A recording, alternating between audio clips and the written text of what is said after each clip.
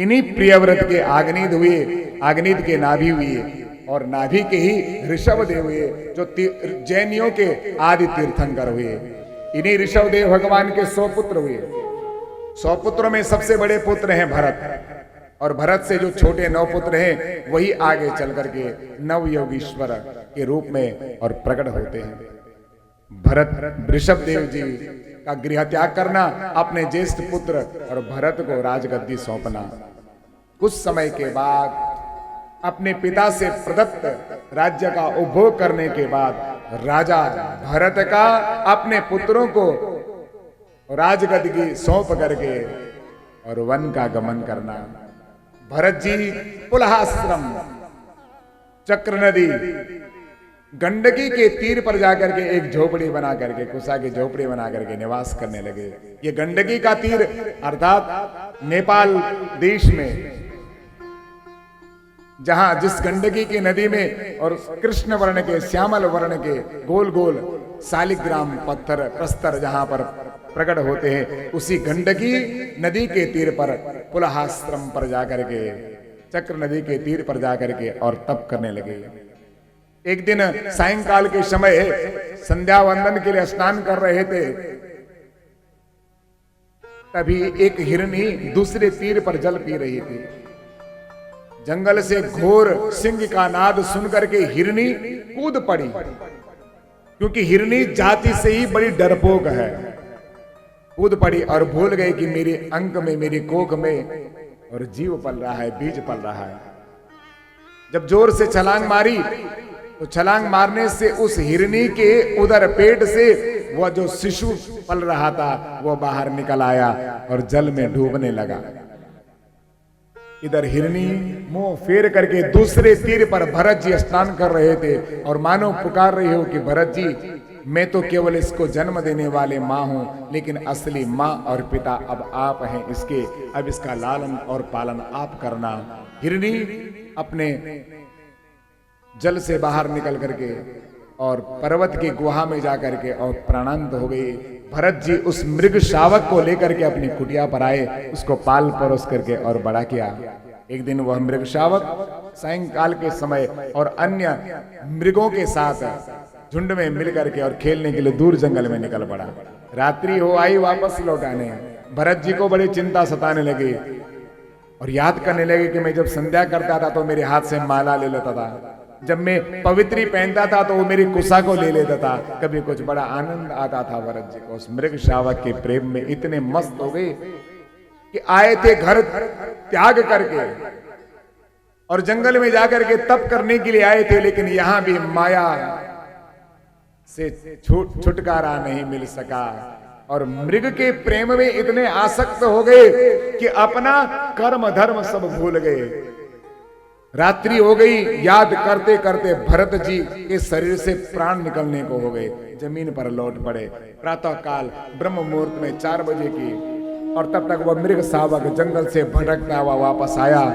उसने देखा कि मेरा स्वामी पड़ा हुआ है, पशु स्वभाव अपने मालिक स्वामी के तलवों को चाटने लगा। भरत जी के नेत्र खुले, देखा मृग शावक, बड़े प्रसन्न हुए और नेत्र बंद करके शरीर छोड़ दिया। भरत जी का अंत्ययामति सागति दूसरा जन्म और मृग योनि में मिला। कलिंजर पर्वत पर जाकर एक गुफा में बैठे रहते, न तो खाते न तो पीते न कहीं बाहर निकलते और पूर्व जन्म की अपने स्मरण करते रहते।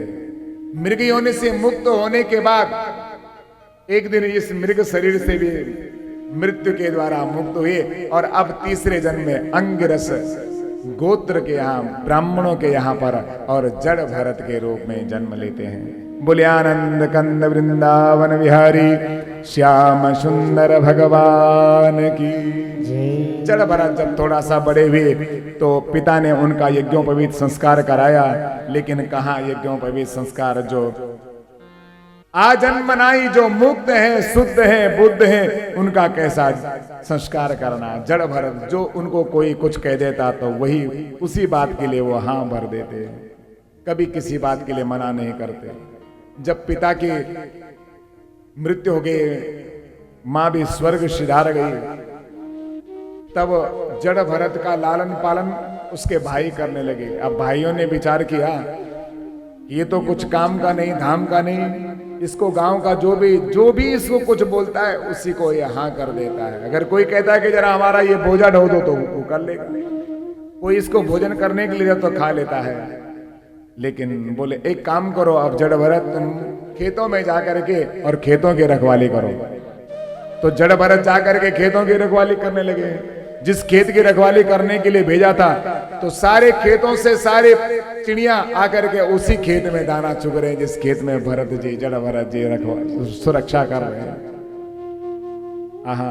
एक दिन की बात है, सिंधु सौवीर नरेश राजा रघुगण की पालकी को कहार ढोकर के लेके जा रहे थे। आज राजा रघुगण अपने गुरु के पास मिलने के लिए जा रहे थे।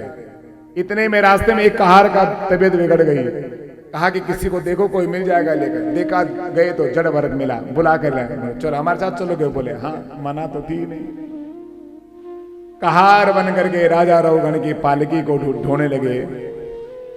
इतने में रास्ते में एक चींटी दिखलाई पड़ी और चींटी थोड़ा सा कदम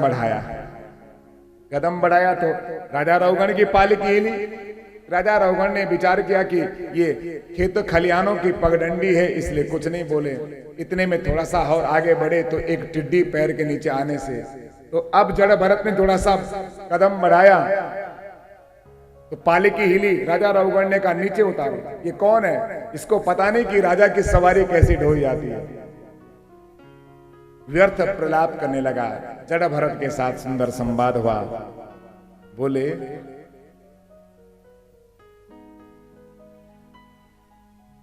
जब राजा रघुगण ने इस प्रकार जड़ भरत से कहा कि तुम्हें पता नहीं तुम किसकी पालकी को ढो रहे हो?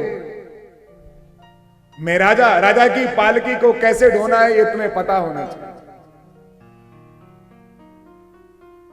राजा रघुगण बोलता रहा लेकिन जड़ भरत कुछ नहीं बोले। बोले तुम बोलते क्यों नहीं हो? फिर राजा रघुगण थोड़ा सा चुप है, फिर विचार करने लगे। गले में देखा तो जनेऊ, सिर पर देखा तो चोटी। बोले तुम कौन हो? कस्तुम निगूढ़स्य सिद्धिजाना विभर्षि सूत्रम कदमो वधूतः। तुम अवधूत वेश में कौन हो? तुम लगते तो कोई ब्राह्मण देवता हो, लेकिन जो शरीर का तुमने जो गंदला बनाया हुआ है उससे तो यह महसूस नहीं होता है। और फिर आगे बड़ा सुंदर रघुगण कहने लगे कि मुझे किसी से भय नहीं लगता। ना हम विसंके सुरराज वज्रान न त्रक्षशूलान न यमस्य दंडान। न मुझे बाबा शंकर के त्रिशूल से डर लगता है, न यमराज के दंड से मुझे डर लगता है, न इंद्र के वज्र से मुझे डर लगता है। अगर मुझे डर लगता है तो केवल ब्राह्मण का अपमान मुझसे न हो, मुझे केवल ब्राह्मणों के वचनों से और डर लगता है। जब जड़ भरत ने ये शब्द सुने तो कहने लगा कि अच्छा अक्कोविद वेदवादा। अभी तक तो मूर्खों की बात करता था, अभी बड़े विद्वानों की बात करता है। राजा रघुगण जड़ भरत के चरणों में गिर पड़े और सुंदर यहाँ पर बोले मैं तो गुरु को मिलने के लिए जा रहा था, लेकिन आज सदगुरु के रूप में मुझे भगवान ने यहीं पर दर्शन दे दिए। फिर जड़ भरत के साथ और राजा रघुगण का बड़ा सुंदर संवाद होता है। सुंदर किम पुरुषों की, भिन्न भिन्न लोगों की, स्वर्ग और नरक की गतियों की यहाँ पर सुंदर उपाख्यान कि किसको स्वर्ग की और नरक की प्राप्ति होती है। जो जैसा कर्म करता है, जो जैसी मति रखता है, उसको तदनुसार अगला जन्म उसको सुख और दुख के रूप में मिलता है।